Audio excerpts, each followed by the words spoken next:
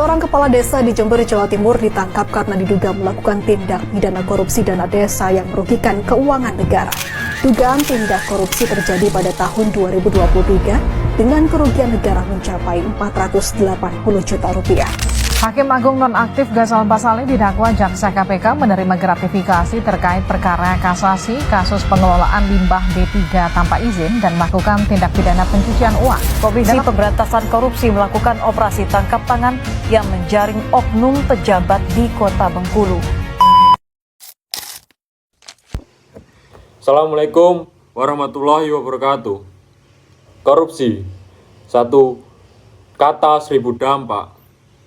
Di negeri kita, Indonesia, korupsi sudah menjadi penyakit kronis yang menggerogoti hampir seluruh sendi kehidupan, dari pemerintahan pusat hingga desa, pengadaan barang hingga proyek infrastruktur, lembaga penegak hukum, tak jarang harus menangkap pejabat, kepala daerah, bahkan menteri yang seharusnya menjadi teladan, namun justru menyalahgunakan kekuasaan demi kepentingan pribadi.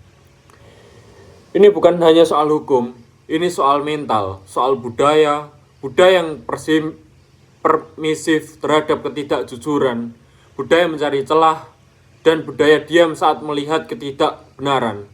Disinilah pentingnya pendidikan anti korupsi yang bukan hanya diajarkan, tapi benar-benar dihayati sejak bangku kuliah. Sebagai mahasiswa, terutama di bidang teknik, mungkin kita merasa isu korupsi jauh dari dunia kita. Padahal dalam praktik kerja nanti, kita bisa menjadi pelaksana proyek, konsultan teknis, atau bahkan pengelola anggaran. Di titik itulah ujian integritas dimulai. Mampukah kita jujur saat bisa memanipulasi laporan? Mampukah kita menolak gratifikasi saat semua orang melakukannya? Nah, jawabannya tergantung pada nilai yang kita bangun hari ini. Saat kita mencontek, memalsukan laporan praktikum, atau bersikap masa bodoh terhadap kecurangan di sekitar kita.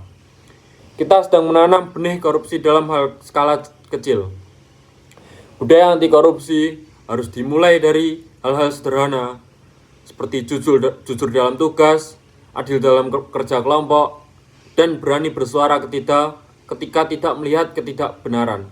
Kita perlu membiasakan diri pada integritas, agar saat memasuki dunia kerja nanti, kita tidak tergoda untuk menyimpang. Lebih dari itu, mahasiswa adalah harapan masyarakat. Setelah lulus, kita akan kembali ke tengah-tengah masyarakat, bukan hanya sebagai lulusan bergelar, tapi agen perubahan. Kita diharapkan membawa semangat baru, membangun sistem yang lebih bersih, menolak praktik kecurangan, dan menegakkan keadilan.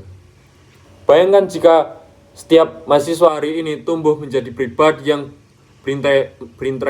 berintegritas, maka bukan tidak mungkin masa depan Indonesia bisa lepas dari belenggu korupsi. Maka, mari kita mulai dari diri sendiri.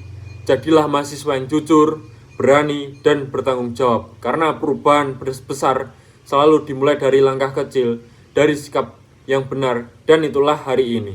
Seperti kata Bung Hatta, kurang cerdas bisa diperbaiki, kurang terampil bisa diasah, tapi jika tidak jujur, tak ada obatnya. Mungkin cukup itu yang bisa saya sampaikan. Wassalamualaikum warahmatullahi wabarakatuh.